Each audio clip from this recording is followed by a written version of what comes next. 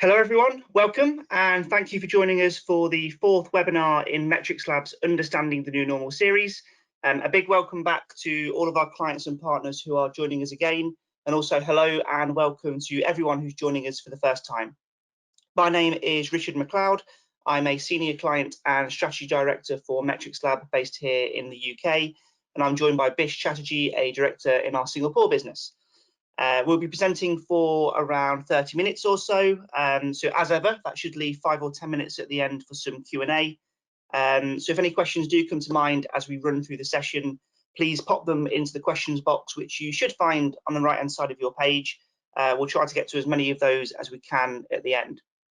Also worth me saying right up front that we will be sending a copy of this report to everyone following the session. Our focus with this programme is to continue to monitor a number of core themes that really help us to plot our progress towards normality.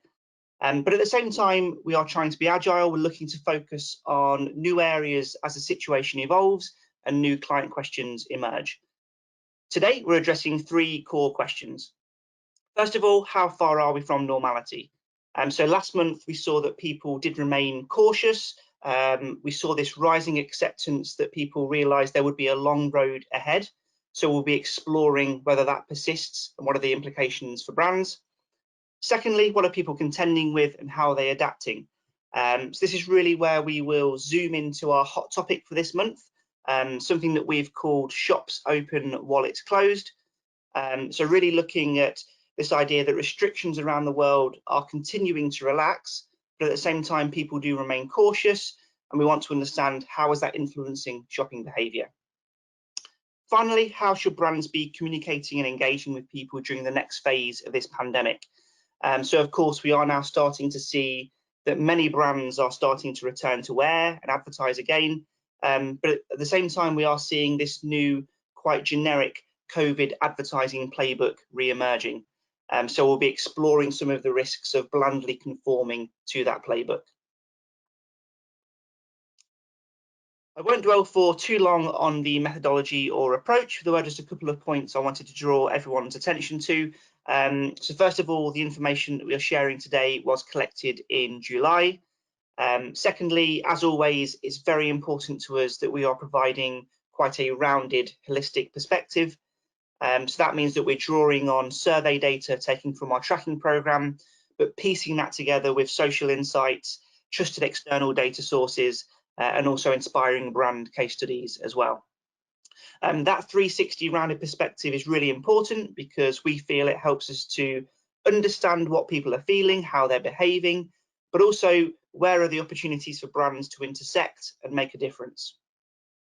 We're covering 17 markets, so that gives us very good global coverage, but also a strong range of countries where the pandemic is at very different life stages. And those comparisons that we make across those different countries can be really useful because they give us a sense of how the situation is likely to evolve over time. So now we'll head into the findings, and we'll start with a perspective around how far from normality people think we are.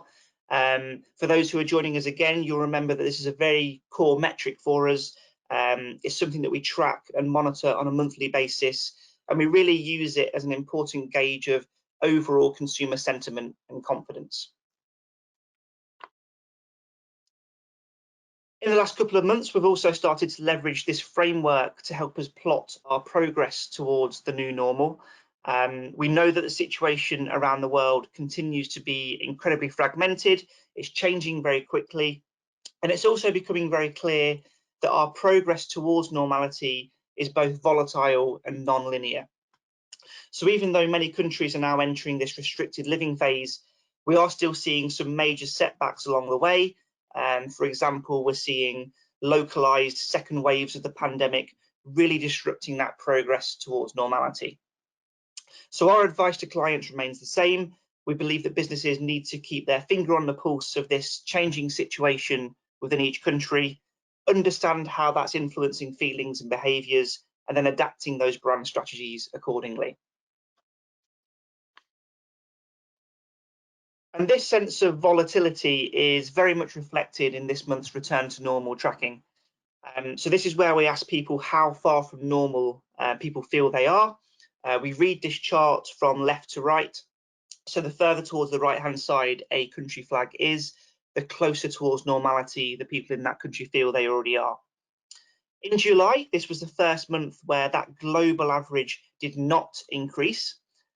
So if we compare that with the performance in May and June, in both of those months, we saw a 6 percentage point increase in this metric that people are feeling they're returning to normal. But in July, that progress has very much stagnated. So this feels like a really significant moment for us. Even though these restrictions around the world are relaxing, people are feeling less certain about this progress towards normality. As ever, though, the situation around the world continues to be fragmented. We still see some countries that are enjoying increases in this metric. In the UK, for example, in July, we saw a 7 percentage point increase this month.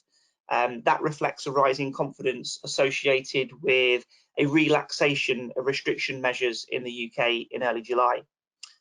But at the same time, it has been disappointing to see the reduction in confidence in Vietnam. So Vietnam is a country that for the last few months really has been leading the way with China.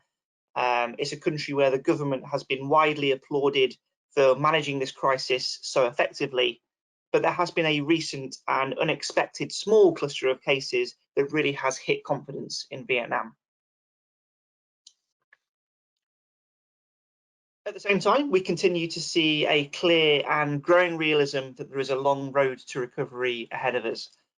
So when we started this programme back in April, half of people globally felt there would be a return to normal within 3 months. Now, clearly, that early optimism was misplaced.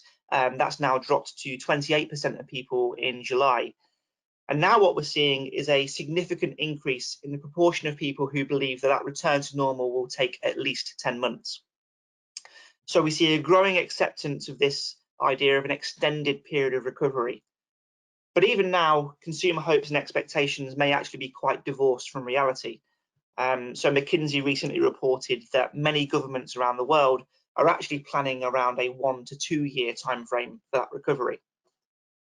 This has significant implications for businesses. It's increasingly clear that businesses can't simply passively wait for that return to normal.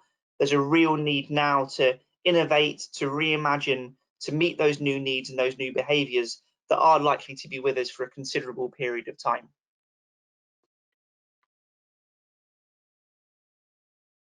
When thinking about some of the wider implications of this growing acceptance of a long road ahead, we wanted to understand how uniform that feeling was across our different countries where the pandemic is at very different life stages.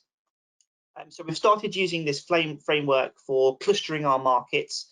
It's a framework that leverages trusted external data from Oxford's Lockdown Rollback Index. Essentially, that's an index that looks at how well placed different countries are for meeting the World Health Organization's criteria for relaxing restrictions. We plot that against our own data, looking at how close to normal people feel they are within each country. So by fusing those two data sources together, we're able to create these 3 market clusters. Those clusters range from the leading edge countries, countries where conditions are allowing people to return to a sense of normality. And it's worth noting that France entered this cluster for the first time in July, all the way down to the not ready countries where confidence is much lower and restrictions are still very much interfering with people's lives in a significant way. This is a framework that businesses can use to tailor their strategies to engage with consumers in each of these market clusters in more relevant and meaningful ways. But in July, we have found that across all 3 of our market clusters, there is this growing realization of a prolonged recovery period. So the proportion of people expecting that recovery to take 10 months or more has significantly increased in all 3 of our country clusters. That means that even in our leading edge countries where we know that confidence is much higher, where conditions are allowing restrictions to be significantly relaxed or even removed entirely, there is this growing feeling that the pandemic is going to be influencing our lifestyles and influencing our routines for a long time to come. So that context is really important as we head into the second chapter, and this is where Bish is going to talk you through what people are contending with and how they're adapting. Thanks, Rich. Okay, so hopefully all of you can see my screen now. Now, we know that there's this growing sense of realism in the minds of consumers, the time that it will take to get to reality and, what time will we come out on the other side. Now, during this whole time, we've seen a lot of concerns or worries on people's minds. And for those of you who've been attending the webinar for the past couple of months, you would have seen we've always tracked what the top worries or concerns on people's minds are. And we've seen it stay fairly consistent. My household finances, my family's physical health. Right at the start of the pandemic, my family's physical health was the key concern. People didn't know how to, obviously react to the pandemic, the physical, realities of how to, stay away from infections and the death rates, etc. So that was a top of mind worry at that point of time. Over the last couple of months, we've seen my household finances has become an even greater worry than physical health. Now, in this section, what we'll try and see is how are consumers contending with these worries, and of course, how are brands trying to address these concerns. So the first one that we'll focus on is my household finances. So what we went ahead and did was, we've been asking consumers, how are you adapting your buying behavior at the moment? And if you see there are a number of statements on this slide, I'll draw your attention to the top 2 or 3 of them. The first one, I am more careful with money and only make purchases that are essential. Now that again shows the frugal consumer at hand right now. They're being very cautious on what they spend their money on and mostly on essential purchases. 2 statements that have seen a significant increase in the last round. I am more concerned about making my food supplies last longer. I am purchasing products with better value for money, even if they are of lower quality. Again, showing this concern from consumers that I must make the most of what I have right now, and I'm going to buy stuff that's value for money, even if it is slightly lower on quality. And over the last couple of rounds, we've seen how household incomes have been declining in a lot of markets month on month. So clearly, the job to be done as brand owners is to ensure that we are addressing the value equation for consumers. At the moment, if we don't address this value equation adequately, there is a very high risk that we will be dropped out of the repertoire of products. Now, how can we address this value equation creatively? And there's some nice examples that we came across through our social insights and when we were exploring a lot of our external data. So 3 different sort of countries, 3 different categories. Firstly, China Eastern in China, one of their top airline companies, has come out with this program called Fly at Will. For approximately close to $500 US, you can buy a ticket that gives you unlimited flights every weekend till end of the year. Now, there is so much talk about it socially. People are going ahead and booking their tickets that they've already actually had to deploy bigger aircraft on a lot of routes in order to keep up with the demand. So that's China Eastern's take on it. Then you've got Burger King Sweden. Now, the backstory to this is Sweden has one of the strongest passports. I think it's number 5 or number 6 globally. And they can literally go to any country without any restrictions throughout the year. Sweden has been called out in the way they have handled the pandemic and the way the death rates and the infection rates have really, gone through the roof compared to a country of their size. Now, when Sweden's neighboring countries are opening up their borders to other countries within the EU, they've put in a lot of restrictions for Swedish passport holders.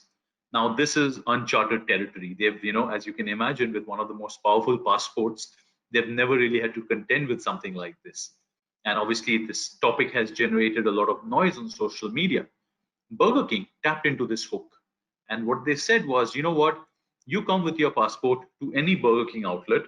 We will stamp your passport and give you free burgers from our World Gourmet line. Sounds like a great idea, on topic, generated a lot of, sort of social media noise. One slight problem, however, the police started saying that, you know what? There's a warning that stamping your passport at Burger King might make it invalid. So it seems like a great creative hook, just that some of the technical nuances were not thought through, and the brand had to adopt to, okay, what, maybe we have to stamp some other piece of paper and not the passport itself. The third one comes from the house of Amazon. And Amazon Handmade, which handles a lot of their handcrafted products and goods, what they did was they came up with a 4-week virtual summer camp groups. So, obviously, with the onset of summer, unfortunately, with children looking forward to summer camps every year, this year you don't have as many summer camps, if any at all. Now, what they've done is Amazon's had a 4-week virtual summer camp where you can attend workshops. And this is not just for children, but children and adults as well. So it could be candle making, it could be embroidery, jewelry making, etc. All of this is for free. So you attend these workshops virtually. And if you want to make these yourself at home, you can order all of the products on Amazon itself. So again, 3 examples of brands that are trying to address the value equation in their own way to try and ensure that consumers feel that what I am paying for is value for money and is really worth its cost. The other trend that we've seen that's been emerging is what we are calling an era of reduced choice. Now, why are we calling it the era of reduced choice? There are 3 forces that we see converge. And again, it's a mixture of what we are seeing from our social insights as well as external sources. The first pillar, manufacturers. So manufacturers like Mondelez, Coca-Cola, we are seeing they're taking a decision to rationalize a lot of their product lines. So Mondelez, for example, is saying we plan to kill about 1 in every 4 products right now. Coca-Cola is saying that, hey, we'll kill a lot of our zombie brands. So clearly what is going to happen is it makes their manufacturing a bit more efficient and they reduce a lot of their handling costs. Then the next pillar we see from retailers. So examples that we see, for example, UK supermarkets, be it Tesco, Asda, etc., they have reduced their product lines by about 9% since March, since the pandemic hit. So clearly handling lesser product lines. You've got Aldi in the US, a chain which is known for hard discounts and very limited product lines. They are looking to expand their footprint and open up more stores. Again, it's more stores, but with limited product lines. The third part, which is consumers, people like you and I, who are saying that, what, about 1 in 2 are saying, I am less willing to try new products. And about 1 in 2 are also saying, I will choose trusted brands. So you see these sort of 3 forces converge, and what we are calling is basically an era of reduced choice that potentially is here to stay for a while as we traverse through this pandemic. The second concern that we've obviously been talking about a fair bit is physical health. People have been concerned about their family's physical health ever since the pandemic has started. Now, the moment you're concerned about your family's physical health, your own physical health, you obviously will need to take a call on, hey, once things resume and things are starting to get back to normal, what are the activities I would like to do? Which are the ones I'm confident of doing? And that's where we see, the way we would read this chart is again from left to right. The further down the right you are, the more confident you are of doing these activities. The further down the left you are, the least confident you are. So for example, attending cultural events, people are least confident of doing that particular activity at the moment. Now, what we see is 2-3 themes stand out. Firstly, things like meeting people I haven't been in touch with, going shopping, getting a haircut, going to the gym. These are activities people are very confident of resuming and doing again. Now, an activity that was there in the first 3-4 months that people were saying, I'm really looking forward to resuming this activity, was going to a bar or pub. And you see in July that that particular activity has seen a decline of 15 percentage points when it comes to confidence of people in resuming that activity. Now, such a huge decline certainly has to do with a certain degree of reality check as well. When things have started to open up and people have been, going out there and, going to bars and pubs and realizing, hey, you know what? Maybe I'm not as confident as I was of, going out for a drink with my pals. We've seen again, external sources point to, there's a poll done by RBC Capital Markets, which also try to, ask people how willing are they to go out, are they willing to go out only if proper social distancing measures are there, etc., etc. And you see that a lot of people have a fair amount of hesitation right now in going back to pubs and bars. Now, what we wanted to highlight through this was the fragility in the confidence. Going to bars and pubs was one of the top 4 activities people were willing to do a couple of months back. In 1 month's time, it's one of the least 4 activities people are willing to do. So clearly, confidence in resuming certain activities is going to be very fragile. As a brand owner, it's on us to firstly ensure we try and instill confidence in the minds of consumers, to be more confident in resuming such activities. But also, the second point is to take care that you're bringing them back in a safe environment. And we have a great example from this category, which comes from the house of Diageo. Diageo has launched this program, what they're calling Raising the Bar.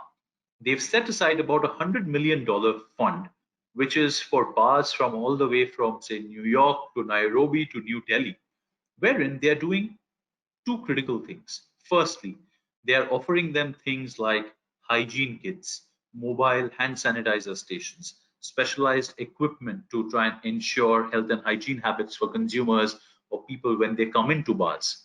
So that's one part of it. The second part of it is they are investing in the whole digital infrastructure for bars. So setting up for cashless payments, contactless payments, setting up for online reservations. And again, all of these inputs have come from surveys that they did with bar owners globally. Clearly, Diageo has sort of taken charge and is ensuring that one, they are instilling confidence in people to say that, hey, you know what, we want you to come back to bars and pubs, and we will take care of health and hygiene and ensure that there's proper safe distancing, etc. So we are bringing you back in a safe environment.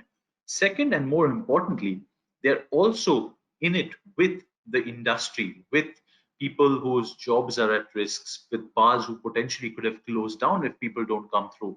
So they clearly are putting a helping hand out there for the industry as well, along with looking after consumers. So great example of a brand trying to reinstill confidence and handhold the industry through this pandemic. Now, a lot of people asked us, okay, why are people, not as confident? And also in personal conversations, I'm sure you would be talking right now, hey, when you went to a supermarket, I was wearing a mask, someone else wasn't. And that's where we see the genesis of the fragility. We ask people, how concerned are you that others in your local community aren't doing their part when it comes to further spreading of the virus or a second wave? And a whopping 81%, 4 out of 5 people are saying, I am very concerned with other people's behaviors. So clearly, you see that there are some cracks in the community where people are saying that, you know what, I am concerned what the other person is doing, and they are not doing their bit when it comes to ensuring we don't spread the virus even further. And this is where we see there is clearly an opportunity for brands to harness a more communal view. How do you foster that spirit of we are all in this together? There is a certain degree of responsibility that we must be taking when we are going out there and resuming activities. How should that come through? And we've got 3 great examples again, from our external sources and social insights. The first, from the UK government, who's come out with an Enjoy Summer Safely campaign, which is obviously they are as a government inspiring people to begin to get back to a lot of the activities that they hadn't been doing, but while you're adhering to health and safety guidelines. So ensuring that as a community you get back to doing the things you love, but ensure that you are keeping it, keeping a tab on be it wearing masks, social distancing, very good hygiene habits. So you're fostering that spirit within the community to sort of almost take care of each other. The second one from the United Nations, where they've launched what they're calling a pause campaign. And they're saying, please be very careful in terms of what sort of information or misinformation, in fact, in this case, you are sharing on social media. So ensure that you do a fact check. You're not sharing random, rumors about the pandemic, about deaths, about infections, etc. So to be personally responsible for your behavior before you share such information. Again, something that is meant to be for the greater good of the community. And then the third example, of course, is from the house of Durex, who's again come up with a very simple yet tongue-in-cheek campaign, which talks about when you are going out, use a mask. Again, it's for the good of the community. When you're indoors, you can use our product. So they've sort of given it their tweak on how to communicate to consumers about what is the proper behavior that you can exhibit when you're going outside of your homes. So as you can see, we saw a number of people, majority of people who are saying, I'm very concerned with what others are doing. And hence there's that opportunity for brands to foster that spirit of a communal being. Now, with all of these examples, I'll hand it back to Rich, who will talk you through how are brands adapting and communicating meaningfully during this time.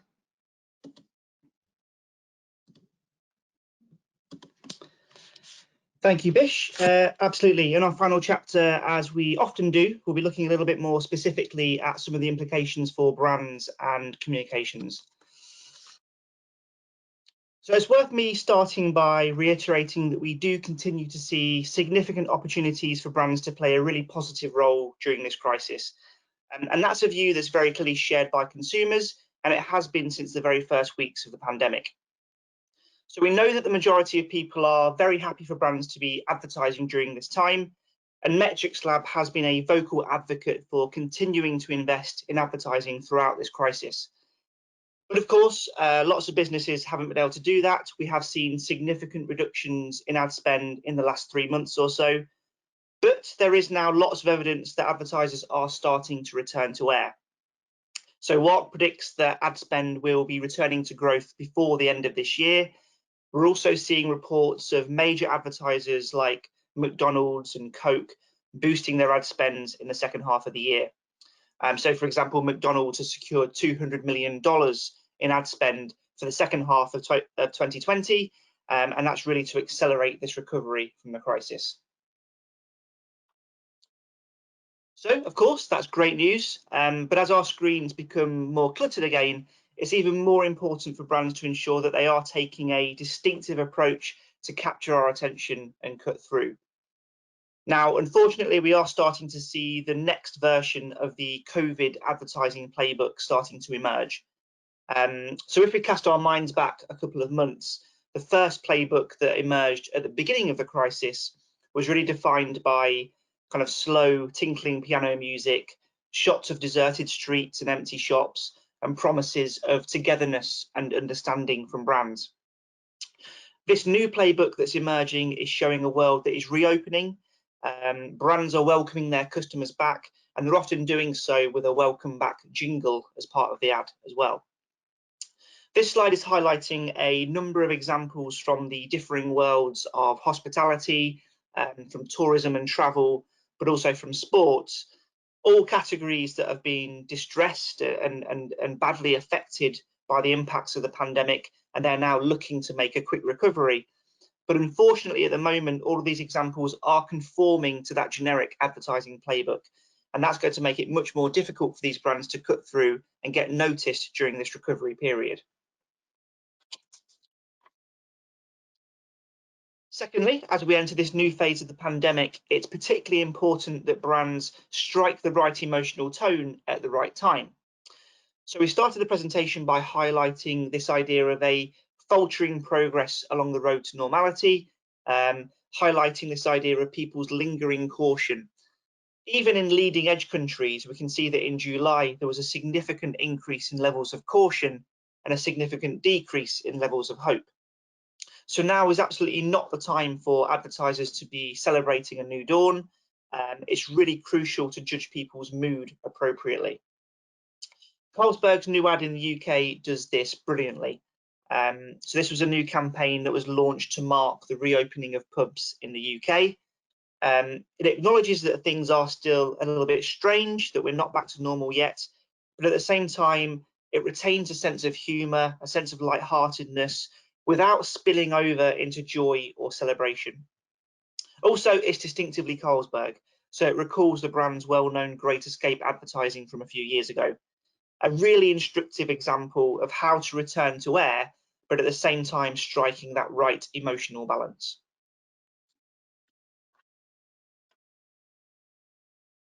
Beyond the short-term opportunities for advertisers, there are also long-term opportunities for businesses to innovate and reimagine to meet emerging needs as our new normal takes shape. So, for example, of course, people are becoming increasingly comfortable with doing things remotely from the comfort of their own homes. In this context, Lowe's, which is a US-based home improvement business, have launched something called JobSite. That's an augmented video chat service to help contractors do virtual home visits. At the same time, we've seen that IKEA has launched a new platform that reimagines home design for the new normal. Similarly, we've seen that Spotify is responding to new listening habits that have emerged during this pandemic. So during June, they launched their first ever voice activated ad, and that was in response to the rising usage of smart speakers. Also, they've launched something called Pets Playlists. That's designed to help keep your pets calm during a time when, of course, everyone is at home together much more than they were previously. These are all great examples of businesses reimagining for this long road to recovery. These are businesses that are not simply passively waiting for things to go back to how they were.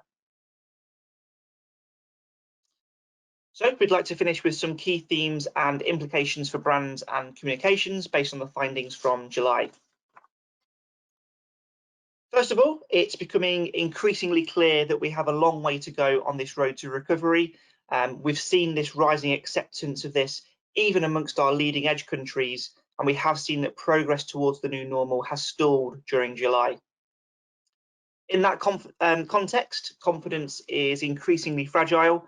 So even though we have seen that for many activities, confidence is rising, at the same time, we saw this significant reduction in confidence in July for going into pubs and bars.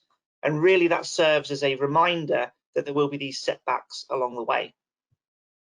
We believe that we're now entering this era of reduced choice, and that's driven by a combination of factors. So we are seeing a push from both manufacturers and retailers who are rationalising their portfolios, but also we're seeing a pull from consumers who are increasingly gravitating towards tried and trusted favourites. We are seeing a rising concern that not everyone is doing their part, and in this context, brands have a really important role to play to help people to stay united and stay positive. And finally, as advertisers return to air, we are seeing this new version 2.0 of the COVID advertising playbook, with brands welcoming their customers back. So specifically, what does this all mean for brands and communications? Well, first of all, getting that value equation right is absolutely pivotal to meet the needs of this cautious consumer, and that goes way beyond price. It involves finding ways to make people's lives easier and better. In this emerging era of reduced choice, we're seeing that it's even more important for brands to provide that compelling reason to choose. But this also has significant implications for innovation. Any innovation has to bring something new, something different, and something meaningful to a category.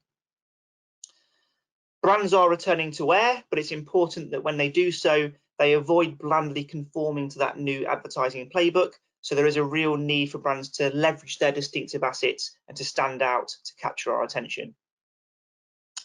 As we progress along the road to recovery, there continues to be opportunities to celebrate those small wins that signpost our progress. But also it's really important that brands don't jump the gun. And really it's key that brands look to strike the right emotional tone at the right moment. And finally, we have this long road ahead of us clearly, and that means there will be significant opportunities for brands that can be agile, that can reimagine their product or service to meet the new needs and behaviours that are going to be with us for many months to come and possibly beyond. So I think now is a good moment to pause and take some of the questions that have been coming through and that you guys have been posting for us. So thank you to everyone who's posted questions. There are lots of questions this time, which is really nice to see. So the first question I will go to is a question that relates to confidence, fragility, and pubs and bars. So Bish, I'll pose this question to you if that's okay. Sure. This question specifies that in July, some parts of the UK, of course, were able to open up pubs and bars. So the question really is there greater confidence in returning to pubs and bars in the UK versus what you see elsewhere? Okay, perfect. All right, now, firstly, thanks for the question. It certainly is good to see a lot of these questions. It's an interesting one whether people in the UK are more confident or not. Like I know here in Singapore, once the bars opened, I was like, okay, people in Singapore are really confident of going back to bars and pubs, seeing the rush I was seeing here. But for the UK specifically, if I remember correctly, we've had I don't know, Rich, you would also be able to sort of speak to this, there was something called Super Saturday, I think in the first week of July, when bars were allowed to reopen, and then in England, I think, and then bars reopened somewhere around mid-July, and you sort of had this rush of people going in there. And when we had looked at the data, I remember we wanted to look at whether people were really much more confident of going to bars and pubs in a particular country versus others. We didn't really see any major differences between the UK and other countries. Roughly about 1 and 2, very similar levels in the UK as was the sort of the global average in terms of the number of people who are confident of going back to bars and pubs. So you could say that the confidence or the hesitation, whichever way you look at it, is pretty similar in the UK versus rest of the world, and not extremely high in the UK when it comes to going back to bars and pubs. I don't know if Rich will agree in terms of how when he plans to go back, but yeah, no major differences. Absolutely, Bish. Yeah, that does certainly strike a chord with my experience here as well. So yeah, thank you for that really clear answer. Second question that I will pull out here is in relation to our country clusters. So really this person is looking to understand why specifically in those leading edge countries are consumers still saying that they think there will be a long road ahead. So I'll take this this particular question and thank you for posting it. Yeah, it's certainly true that in our leading edge countries restrictions certainly have been eased more than they have maybe in other countries around the world. But at the same time, there is this lingering feeling and this lingering caution that the return to normal still feels some way off, even in those more confident countries. We believe the main driver of this phenomenon that we're seeing is that there's lots of evidence that this progress towards normality is really volatile and also non-linear. So I think Australia is quite a good example of this. For the last couple of months, Australia has been categorised as one of our leading edge countries. Confidence has been quite high in Australia. They were a country that was able to relax restrictions significantly ahead of most other countries around the world. But most of you will have read that in the last recent times, Melbourne in Victoria has had a really quite sudden setback. They had to impose a very strict, I believe, 6-week lockdown and curfew that started at the start of July. And we are already seeing that reflected in our data. So for the first time, Australia saw a confidence setback on that return to normal metric. I think it dropped by 4 or 5 percentage points, which we haven't seen in Australia since the start of the study. So it's clear that even in these leading edge countries that have been affected less severely, supposedly, by the pandemic, consumers are still massively cautious and they're increasingly aware of this long road to recovery. Okay, so I think we maybe have time for just one more question. So I think I'll pull out the question around advertising. So someone here has focused in on this idea of the COVID 2.0 advertising playbook. They would just like us to expand a little bit more on that and also specify what was effective about the Carlsberg example that we showed. So again, thank you very much for that question. I will take this one. Yeah, it has been really interesting to us to see this new advertising playbook emerging. It's something that we talked about in one of our first webinars when we saw the first playbook emerging, actually. And the first playbook, of course, was defined by deserted cities, the sound of tinkling pianos. And now, 2 months down the line, we're seeing this new playbook emerging.